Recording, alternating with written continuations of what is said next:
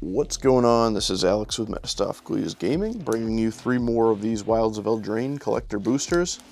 These have been fun to open so far. Some very cool fairy tale art, some awesome enchanted tales or whatever the enchantment series they have for the reprints is. Those are really cool. We've gotten some awesome borderless cards for, I think, Kellen and Will. I don't think we've pulled Rowan yet, but cool to see. Still looking for that Moonshaker Cavalry. Hey, I remembered the name this time.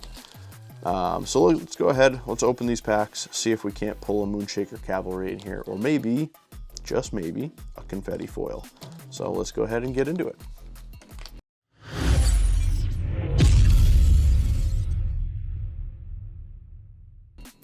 Okay, pack number 1 here.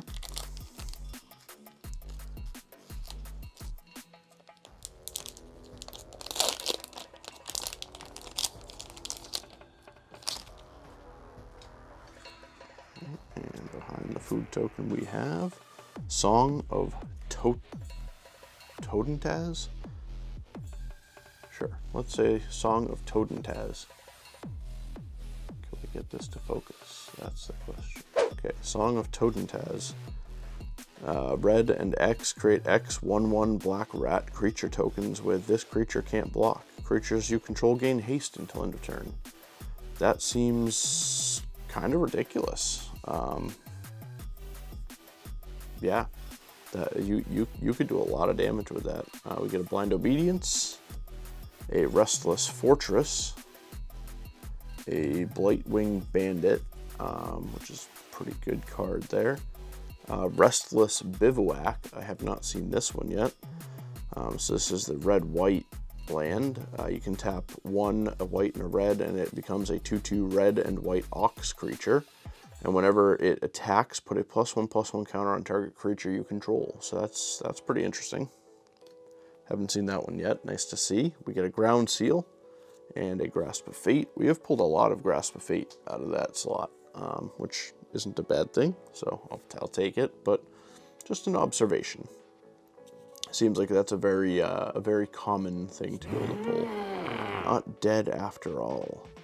Until end of turn, target creature you control gains. When this creature dies, return it to the battlefield tapped under its owner's control, then create a Wicked Roll token attached to it. Enchanted creature gets +1/+1. When this aura is put into a graveyard, each opponent loses 1 life. That sounds like something I should probably think about putting into my Yargle deck to keep Yargle safe. Let's move on to pack number 2. How many of you like Yargle? I love Yargle. Yargle is one of my favorite commanders. He's just fun. Puts an instant target on your back the second he comes out because he's so big, but you can swing at someone and just knock them right out, and I love it.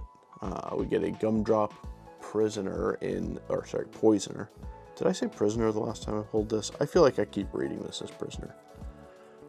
A Gumdrop Poisoner in that foil. Yeah! We do get an Omniscience, which is awesome. This is definitely a super cool card. You can cast spells from your hand without paying their mana costs.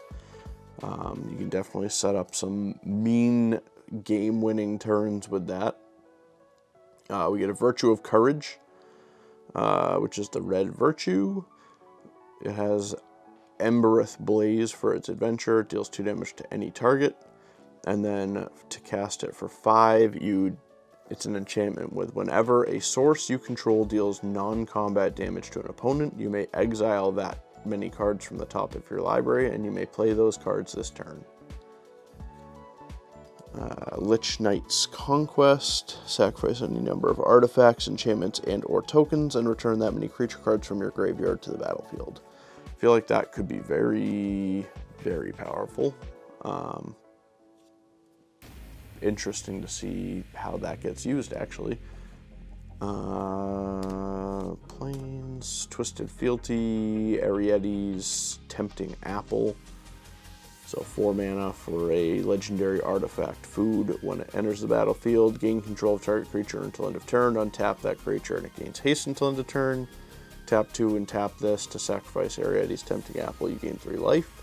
Tap 2, tap this, sacrifice it, and target opponent loses 3 life. So, some choices there. Charade of Numbing Depths. It's a Merfolk Wizard. When enters the battlefield, tap target creature an opponent controls and put a stun counter on it. Whenever you tap one or more untapped creatures your opponent control, draw a card. This ability triggers only once each turn. So, very interesting. Plays very well with Hilda. Some pretty cool cards in there. Okay, moving on to the final pack of this video. And see what we can get out of here. So we start off with Rowan. Cool. We were just saying we haven't pulled Rowan yet, and here we go, pulling a foil borderless Rowan. So definitely awesome to see that. And okay, so 3 mana, 1 red, 1 black, 1 colorless for a 4/2 human wizard with menace. Tap, spells you cast this turn that are black and or red cost X less to cast, where X is the amount of life you lost this turn. Activate this ability only as a sorcery. Yes! So that is very cool. I like the art on that. Looks awesome. We get a Primal Vigor, which is a really, really good card. If 1 or more tokens would be created, twice that many of those tokens are created instead. And if 1 or more +1/+1 counters would be created, twice that many, yeah, you understand. I can't talk right now. Restless Spire, Songbird's Blessing, Asinine Antics, which looked like a fun card when I was reading through spoilers. 4 mana for a sorcery. You may cast it as though it had flash if you pay 2 more to cast it, and for each creature your opponents control, create a cursed roll token attached to that creature. If you control another roll on it, put that one into the graveyard. Enchanted creature is a 1/1.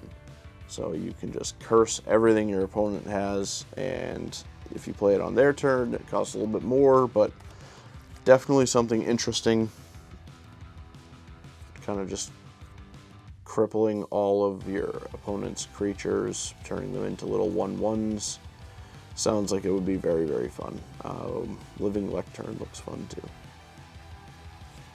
Alright, so that was a very good pack opening. I like to see that foil Rowan there.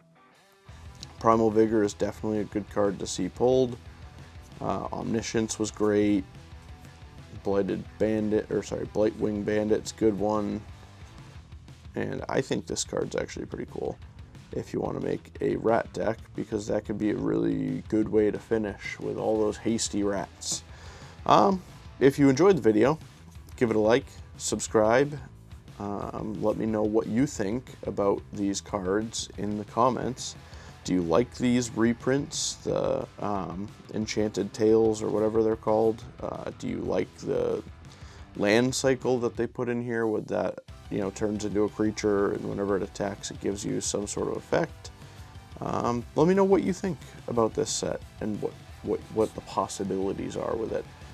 So, with that being said, we're going to see you next time. Have a good one.